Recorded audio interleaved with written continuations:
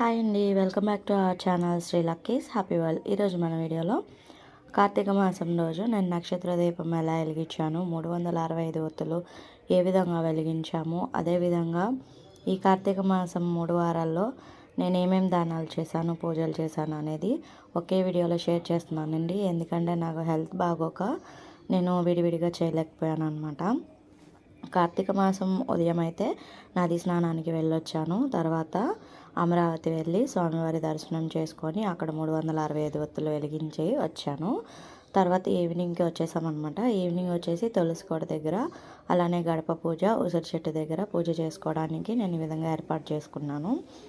నాకు తులసి కోట అలానే ఉసిరి చెట్టు విడివిడిగా ఉండేయండి. అవి కలిపి పెట్టడానికి నాకు ప్లేస్ అయితే లేదు. అందుకని నేను ఈ విధంగా అయితే విడిగా పెట్టుకున్నాను. అందుకని ఈ విధంగా తులసి కోట దగ్గరికి ప్రిపేర్ అయితే చేసుకున్నాను. నేనేం పెద్ద ఎక్కువగా అన్నీ చేయాలని అయితే ఏం చెప్పనండి. ప్రతి వీడియోలో చెప్పేదే సింపుల్గా మనకు ఉన్న దాంట్లో చేసుకోవాలి. అదేవిధంగా ఉదయం అయితే పూజ చేసుకొని అటు వెళ్ళొచ్చాం కదా. ఈవినింగ్ వచ్చినాక గడప పూజ, తులసి కోట పూజ చేసుకున్నాక దేవుడి మందిరంలో దీపం పెట్టుకొని తర్వాత ఇది నక్షత్ర దీపాలు 27 దీపాలు వెలిగించుకోవాలండి. ఈ దీపాలు అనేవి పిండితో, అంటే బియ్యం పిండి, బెల్లం తురుము, ఆవు పాలతో కలిపి ఒత్తులు చేసుకొని పెట్టుకోవచ్చు. లేదంటే మట్టి ప్రమిదలు కొత్తవి తీసుకొచ్చి వాటిలో పెట్టుకోవచ్చు. లేదు అంటే ఉసిరి దీపాలైనా పెట్టుకోవచ్చు. ఈ దీపానికి నేను కుంభవత్తులు అలానే మామూలు ఒత్తులు కూడా నువ్వుల నూనెలో నానబెట్టి, కుంభవత్తులు ఆవు నెయ్యిలో నానబెట్టాను. ఆవు నెయ్యి ఎక్కువగా లేదు అనుకుంటే నువ్వుల నూనెలోనే కొంచెం ఆవు నెయ్యి కలుపుకొని ఈ విధంగా పెట్టుకుంటే దోషం అనేది ఉండదన్నమాట. అలానే ఈ 365 ఒత్తులు నేను గుడిలో వెలిగించడానికి అయితే ప్రిపేర్ చేసి పెట్టుకున్నాను.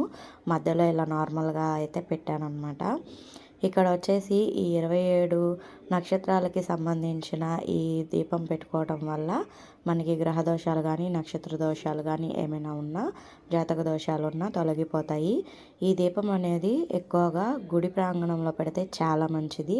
ఒకవేళ కుదరలేదు అనుకున్నట్లయితే కనుక మన ఇంటి ఆవరణలో ఈ విధంగా నక్షత్ర ముగ్గు అనేది 27 చుక్కలు వచ్చేటట్టుగా మీరు ఈ విధంగా పద్మంతో వేసుకొని ఇక్కడ నక్షత్ర ముగ్గు పెట్టుకున్న దగ్గర మనం ఈ విధంగా అయితే పసుపు, కుంకుమలు అవన్నీ వేసుకొని అందంగా రెడీ చేసుకోవాలండి. అదేవిధంగా నాకు మా పక్కన ఉన్న పిల్లలు కూడా ఇందులో మేము కూడా పార్టిసిపేట్ చేస్తామని చెప్పని సరదాగా వాళ్ళు కూడా వచ్చి పార్టిసిపేట్ చేశారు. పిల్లలు ఎవరైనా అలాగా ఇంట్లో ఉన్న పిల్లలైనా బయట పక్కన పిల్లలైనా చేస్తామంటే చేయనివ్వండి, వద్దు అని అనకండి. ఎందుకంటే వాళ్ళకు కూడా తెలుస్తుంది మనం ముందు ముందు పూజలు అనేవి ఎలా చేస్తామో ఏంటి అనేవి, మన సాంప్రదాయాలు కూడా వాళ్ళకి తెలుస్తాయి.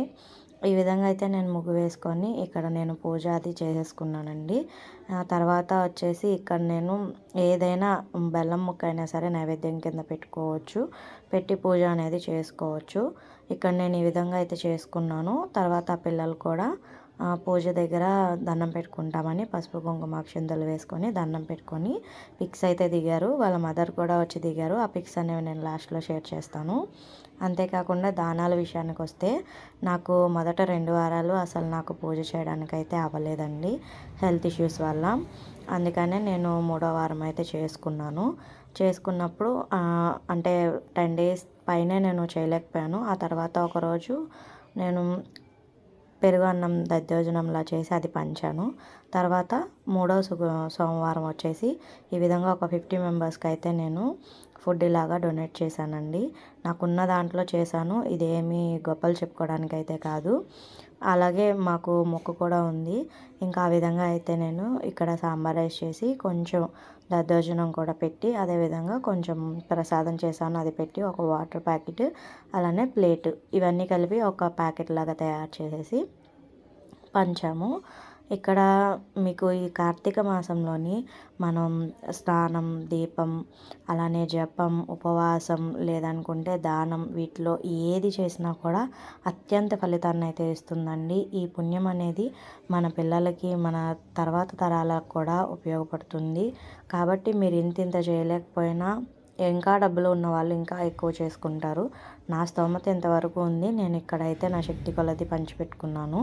మీరు ఒక్కళ్ళకైనా సరే ఒక 20 రూపీస్ పెట్టి ఏదైనా టిఫిన్ అయినా సరే కొన్ని ఇవ్వచ్చు ఆకలితో ఉన్న వాళ్ళకి. చాలా హ్యాపీగా కూడా ఉంటుంది మీకు. ముందు అయితే చాలా బాగుంటుంది కూడా. నేను అలాగే క్షీరాబ్ది ద్వాదశి పూజ కూడా చేసుకున్నాను. దీంట్లో కూడా మా పక్కన వాళ్ళని పార్టిసిపేట్ చేస్తామన్నారు. అందుకనే మేము కలిసి చేసుకున్నాం అనమాట. ఒక్కొక్కళ్ళు ఒక్కో ప్రసాదం తీసుకువచ్చి నేను ప్రసాదాలు చేసుకొని ఇలాగా హ్యాపీగా అయితే పూజ అనేది నేను చేసుకున్నాను. ఈ కార్తీక మాసంలో నేను ఈ విధంగా పూజ అనేది చేసుకున్నానండి. నాకు కుదరకపోయినా కూడా కుదిరిన రోజుల నుంచి అన్నీ చేసుకుంటూ వచ్చాను. మీరు ఇప్పుడు దాకా ఏమీ చేయలేదనుకుంటే ఈ లాస్ట్ సోమవారం అయినా సరే పూజ చేసుకోవడానికి ట్రై చేయండి. ఒక వారం ఉంది కాబట్టి ఈ వారం అయినా సరే చేసుకోవచ్చు. మీరు ఏమేమి చేయాలనుకుంటున్నారు ఈ వారంలో చేయండి. లాస్ట్ సోమవారం ఇంకొకటే ఉంటుంది కాబట్టి మీకు వచ్చిన విధంగా మీ శక్తి కొలది అయితే చేసుకోండి.